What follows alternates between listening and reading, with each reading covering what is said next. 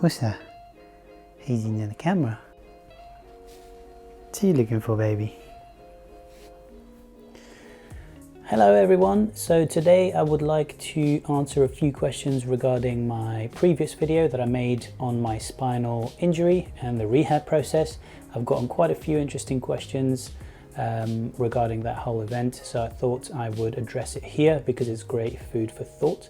So if you haven't seen that video, go back and watch it so you have a little bit of context. I will link it in the description and let's get right into it.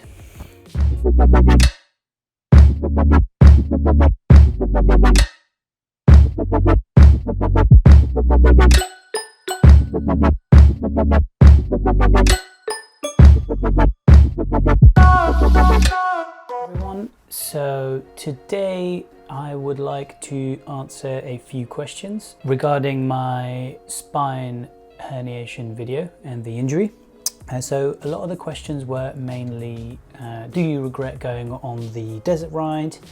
And are you angry at the instructor for violating rule number 1? You know, whose fault is it? Was it your fault? Was it his fault? Etc. So I would like to touch on those subjects with you today.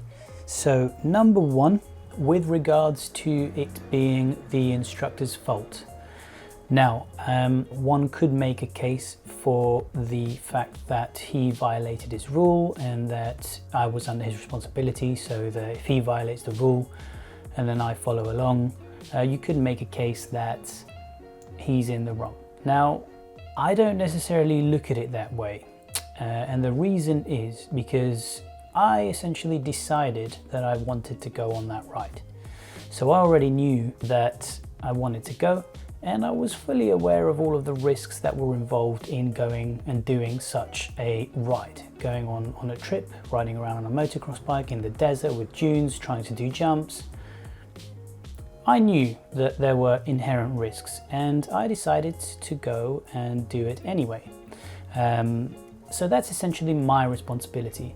If I start to blame the instructor and look for 1,000,001 excuses for why it wasn't my fault and looking for people to blame, I'm essentially relinquishing control over this situation to external forces, and that essentially boils down to not taking responsibility for your actions and your own decisions. Right, so that's how I look at it, and this is why I do not blame the instructor, and I don't think that is a positive outlook for the situation, and I essentially take full responsibility for going on the ride, for launching off that dune, even for following him up the dune when he was essentially breaking the rules.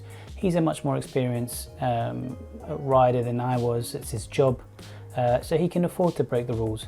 You could also make a case that I shouldn't have been going up the dunes breaking the rules. I should have stuck to what he told me. So you can make loads of cases for, and you can always look for who else to blame and other people to blame. And yeah, that's just not my style, essentially. And I feel responsible for getting myself in that situation in the first place.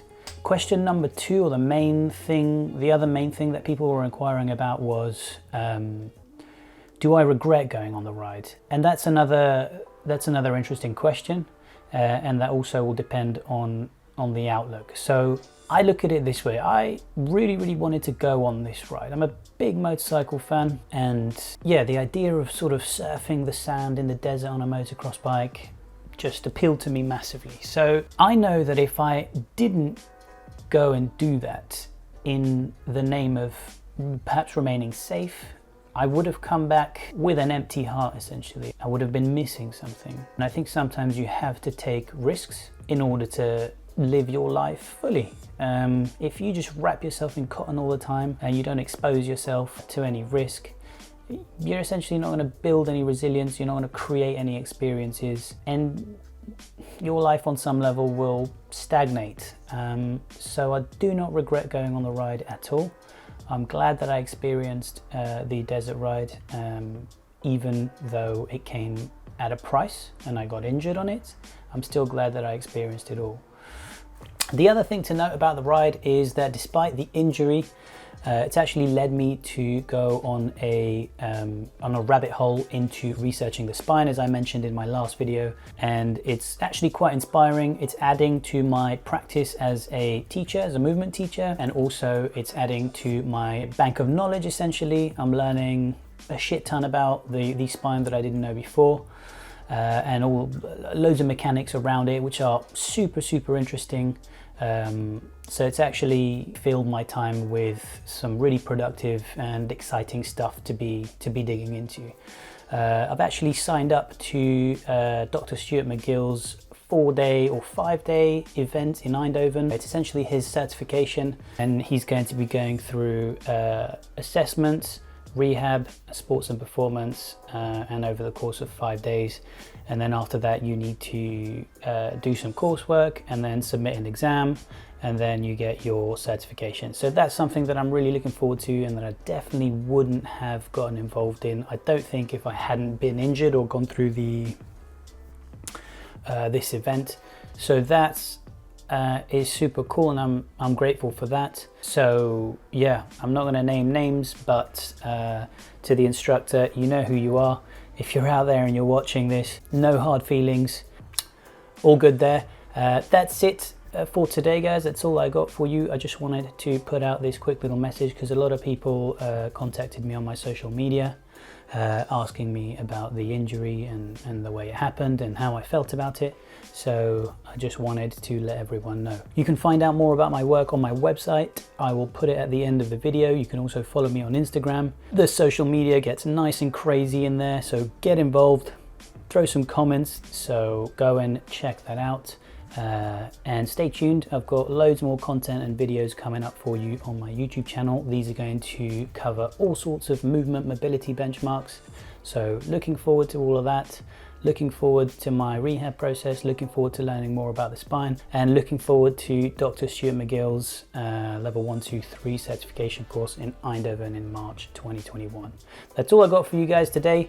I will see you in the next video.